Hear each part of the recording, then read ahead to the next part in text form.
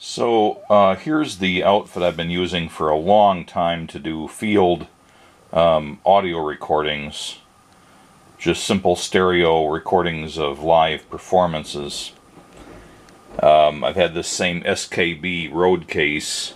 I'll just give a quick overview of it in its current state. At the bottom I have a custom built power supply that provides power for the regulated power for the amp microphone preamps, as well as for the phantom power for the microphones.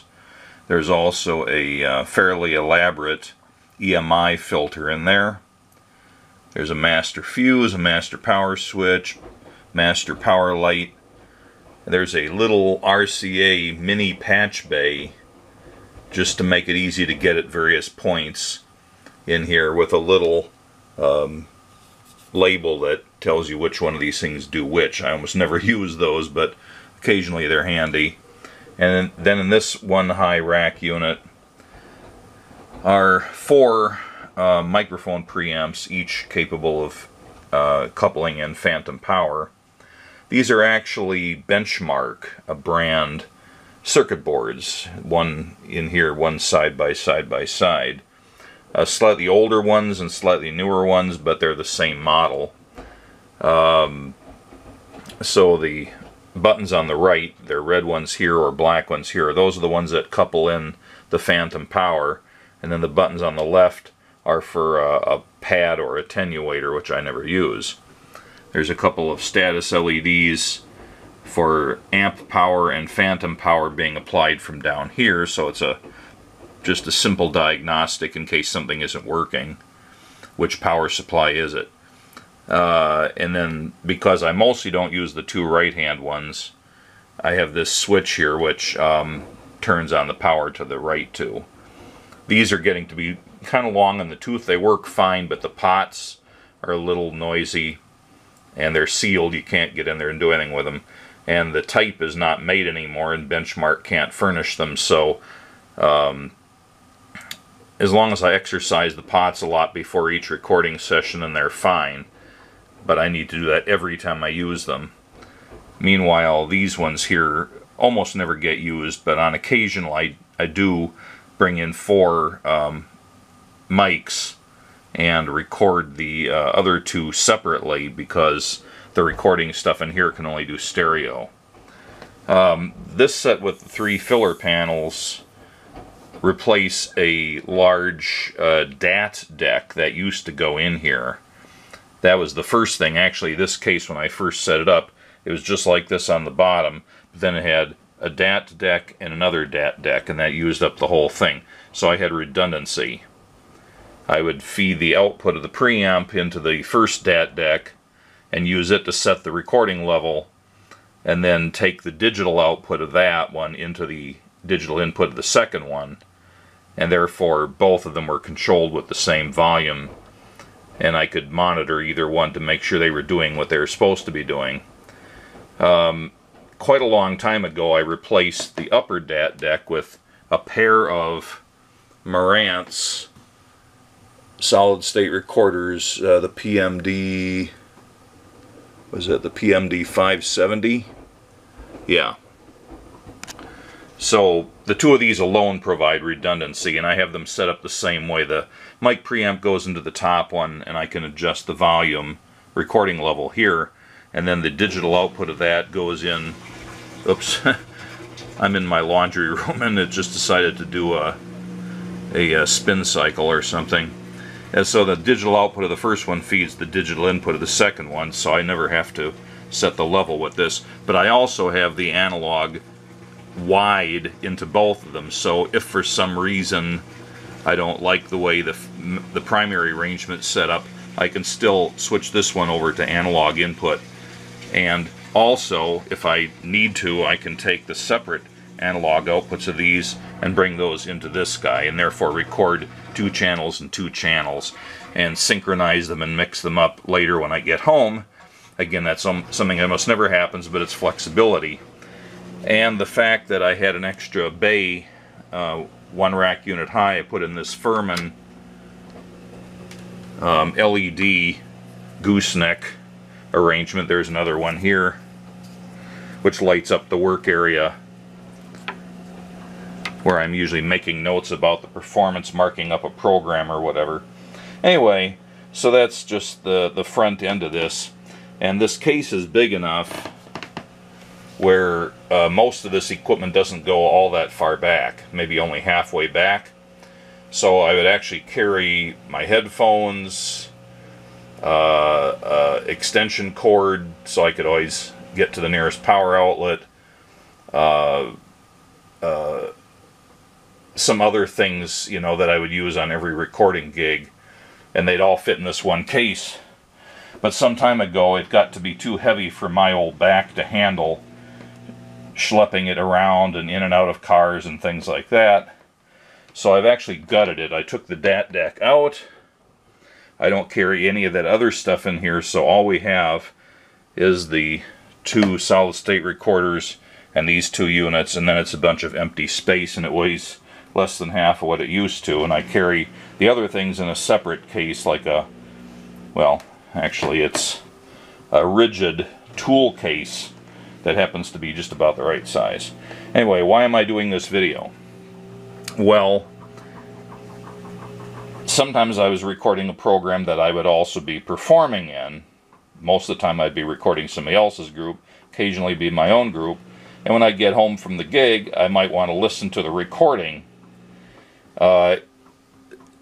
Since I don't have the DAT deck in here anymore, I can't just use that.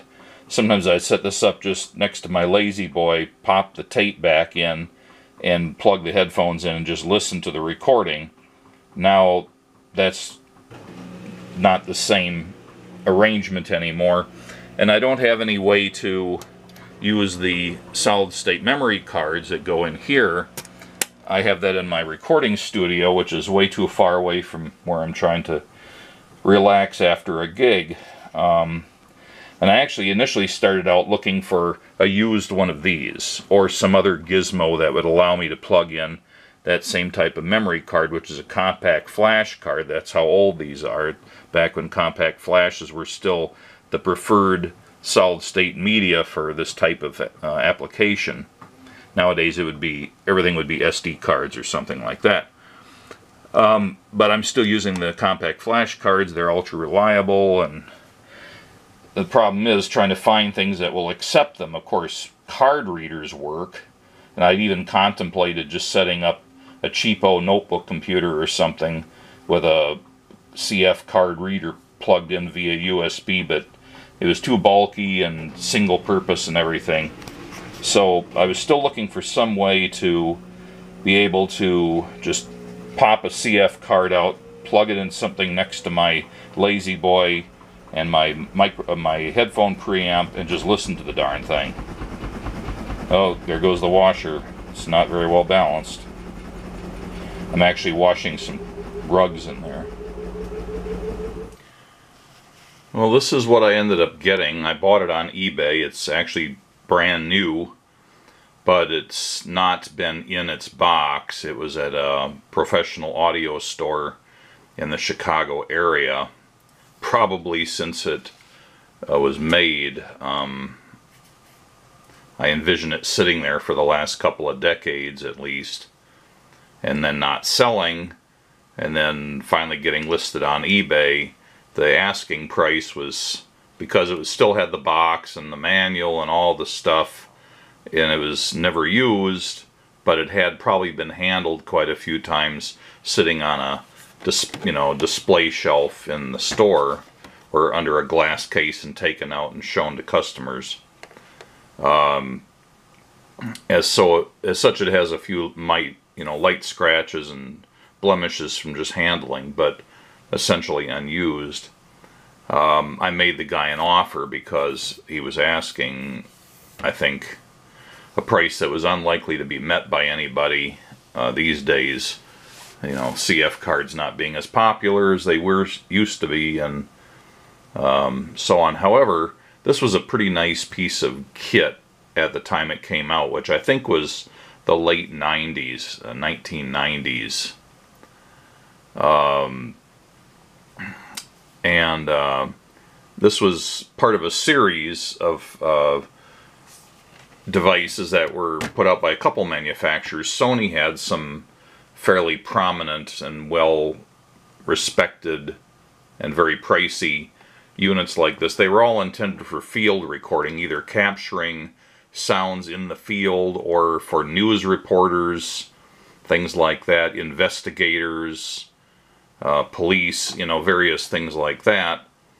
And so Sony had at least one, maybe several models like this, maybe some other companies.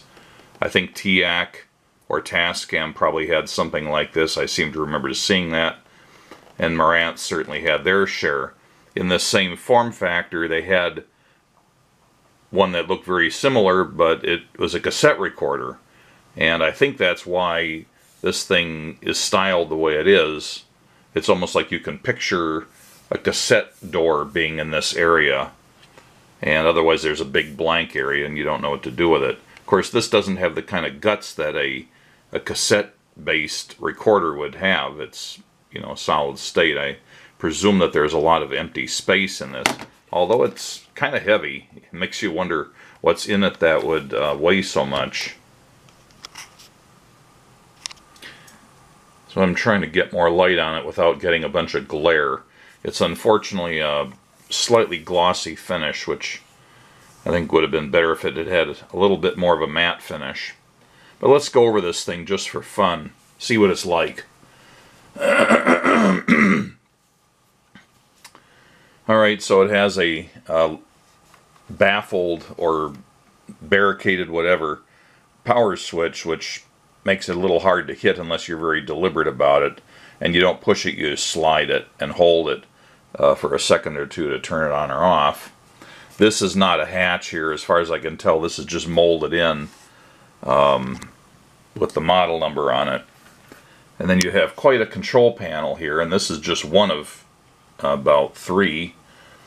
This is all configuration stuff here. So you can put marks in the audio track automatically for reference later, and this switch enables or disables that function. There's an analog output on here that you can configure to be monaural or stereo, and if it's monaural, it can be based on a recorded left track or a recorded right track, but I have it in the middle position right now, so it would work as a stereo recorder. It has built-in microphone inputs, balanced microphone inputs with phantom power.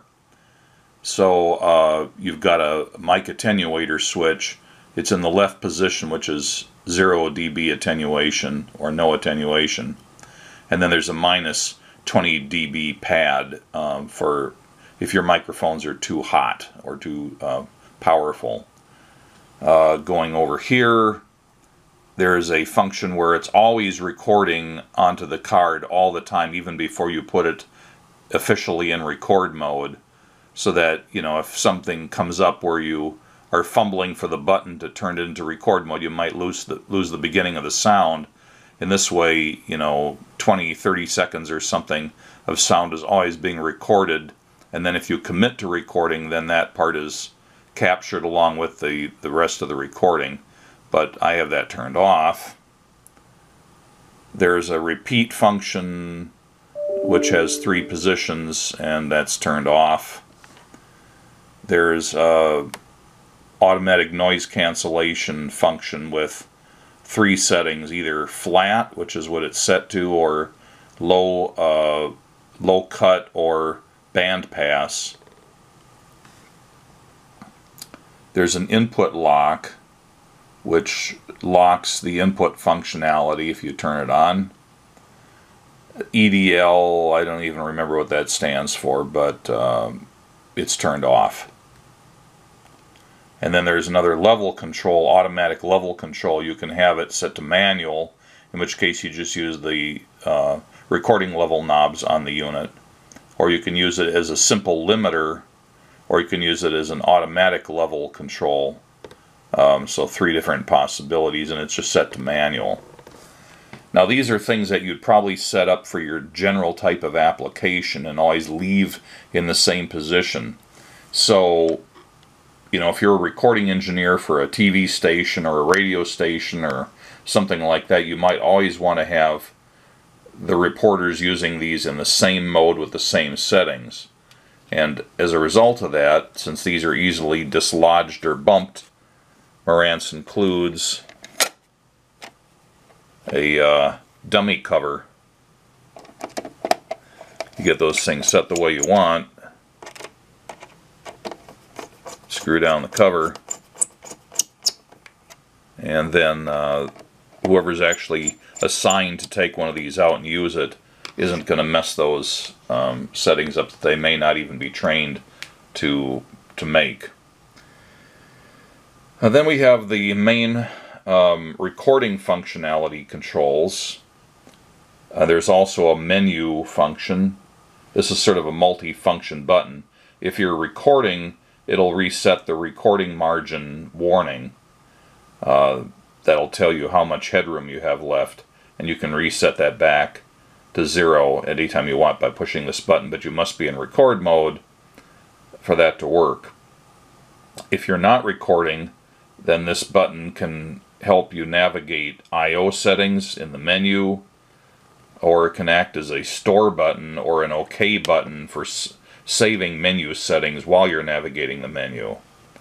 And this is the play and pause button, but if you're in menu mode at the moment instead of actually playing or recording music or sounds, then this becomes an enter key for menu navigation and accepting various options. And the stop button, if you're in the menu or option setting modes, cancels a selection that you're currently set up to make.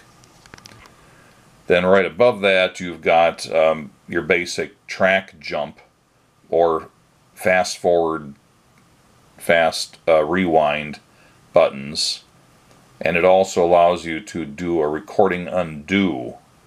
And what that is, I believe, is the record button on the front is momentary, and you can't turn recording off by operating this button once you've started. I think that this button here allows cancellation of that, but I'm not positive. Haven't actually used that. And then you've got various controls for how fast you scan backwards and forwards, just an analog of fast forward and rewind type functionality. So these have to do with moving from track to track, and these have to do with moving forwards and backwards through tracks.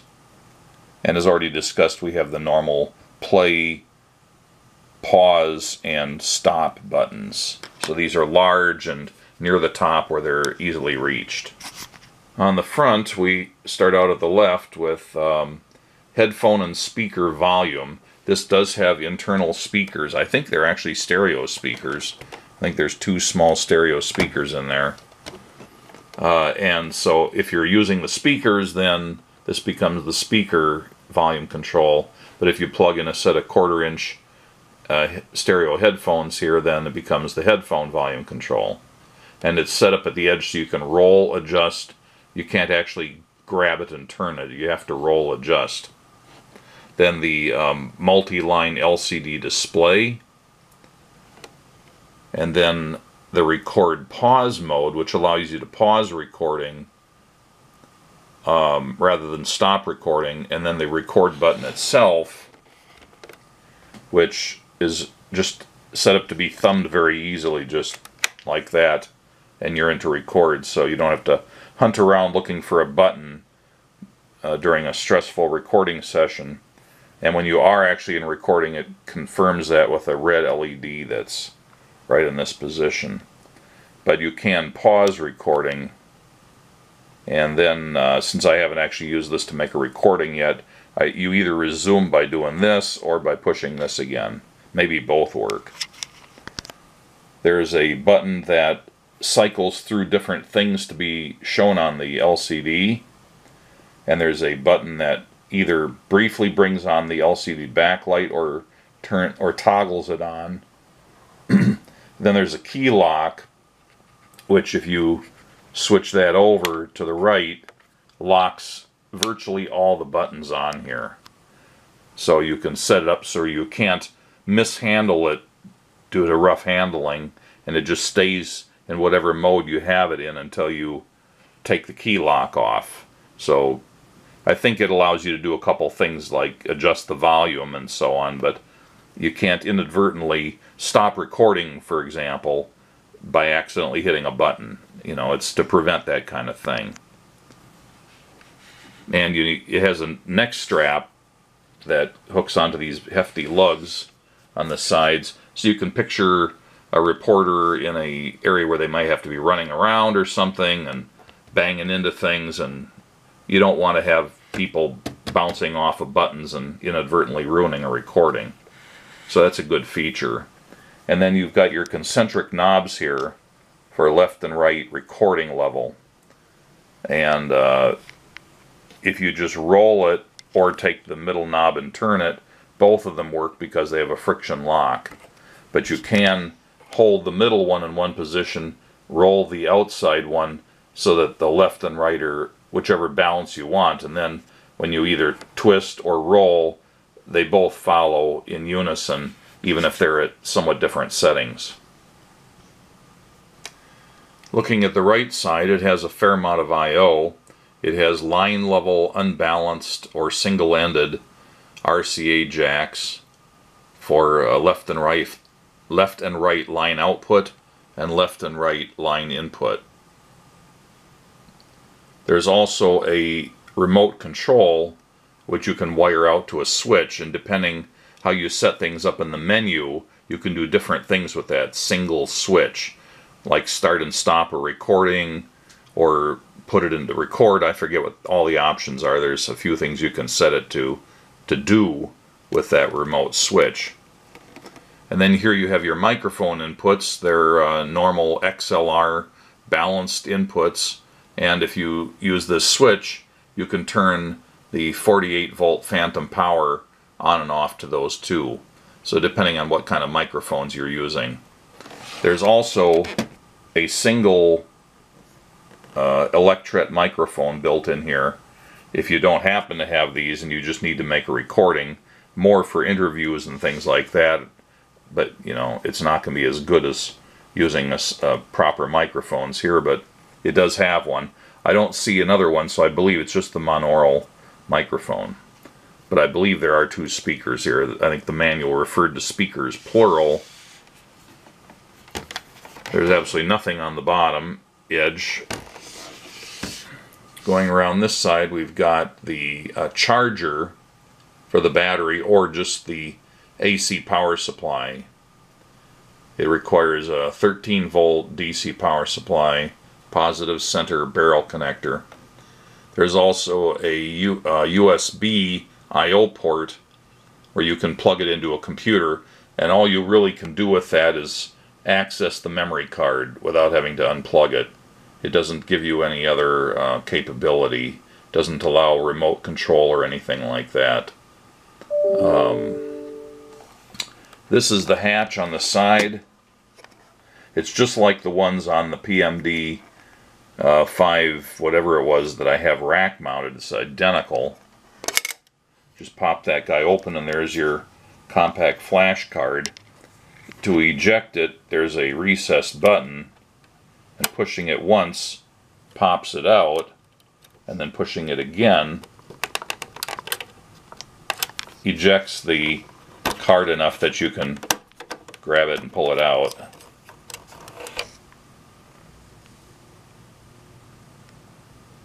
This small 64 megabyte card is the one that comes with it.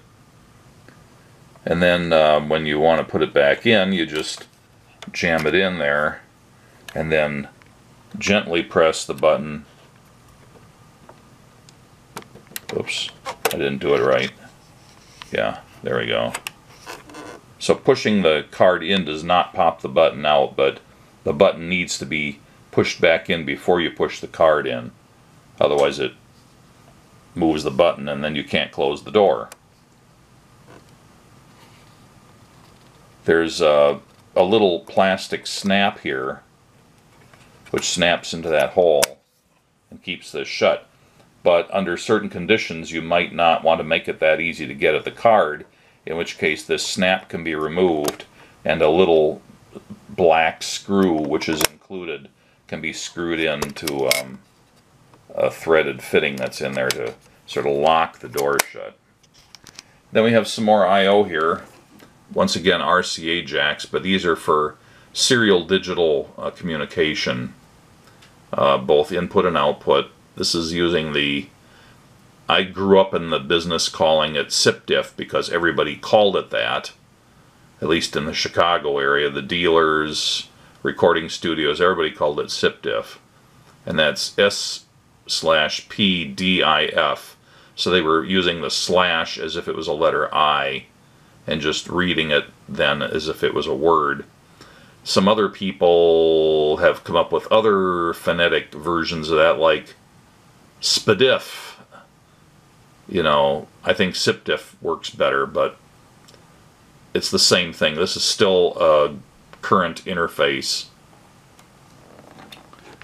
And again, I haven't double checked it, but I'm pretty sure you can feed in a SIP-diff signal here and then record off of it instead of using microphones or analog line inputs, and you can play out of this.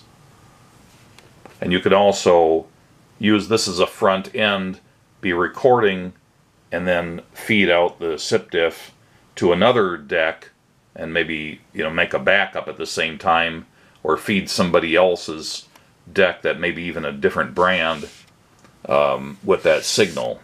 So there's some flexibility there. And this is the rear panel. There's nothing on it except for labels and the battery door.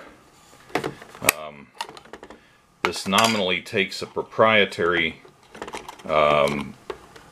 rechargeable battery pack, which I'm having trouble pulling out right at the moment, but it's just a hole where it snaps in there. And then they give you this other battery pack or battery holder which goes into there, and that allows you to use 8 AA alkaline batteries. But if you use that, you can't put rechargeables in there because it's not set up to recharge anything that's in this battery holder. So it can be powered from batteries, although I think the battery operation time is not that long, just a few hours. And so from what I've read, and I think the manual recommends it somewhere too, is it only comes with one, but you can buy additional holders and have them pre-stocked with AA cells. But then I think you were really supposed to buy a pocket full of the proprietary rechargeable battery packs and just pop those in as needed and run it off of AC whenever you can. So that's the overview. So let's turn this guy on. I've got it plugged in with the AC adapter. I'm going to turn it on. Unfortunately, I've got all sorts of dirt on my lens. So this is what the LCD normally looks like if you don't have the backlighting turned on. I'm going to try to operate the light with my other finger here. So it brings up a green backlight.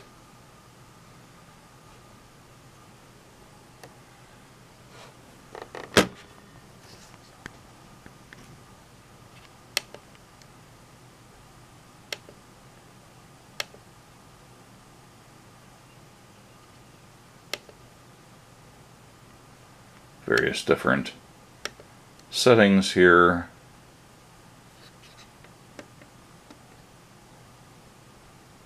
Alright, so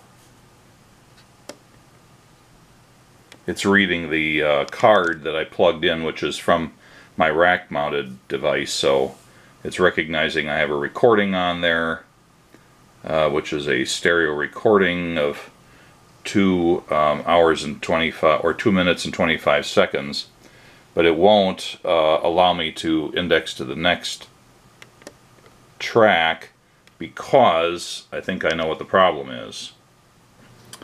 Okay, I've plugged the same card into a card reader in a computer here, and yeah, so there's 2 tracks, a test track and the real track, but I'd renamed the file, and this particular Marantz device can't recognize named files. So I have to go back and change it back to the file naming that's recognized. So now it'll work better.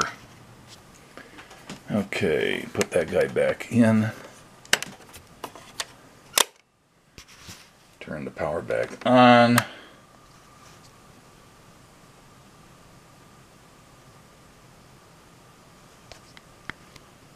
And turn the light back on.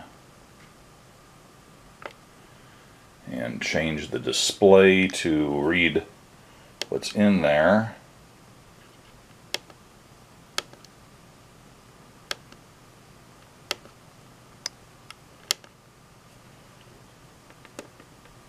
So now I can look at the 2 tracks. It's recognizing track 2 now at 1 hour 39 minutes and 28 seconds long. And let's see here. I should be able to just play that. I've got it plugged into my computer speakers. So I'm going to put that on pause and fast forward it. Probably about 10 minutes into it, I think, is more or less where the music starts.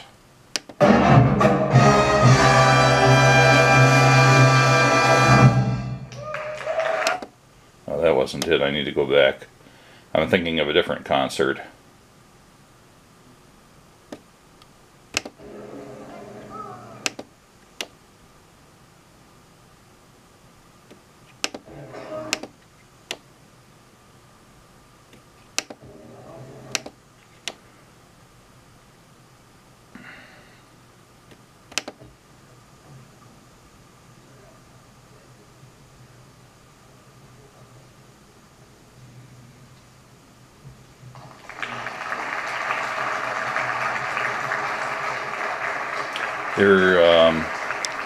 I don't think this will adjust the output level.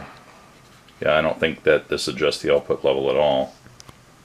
So I have to crank up the speaker volume.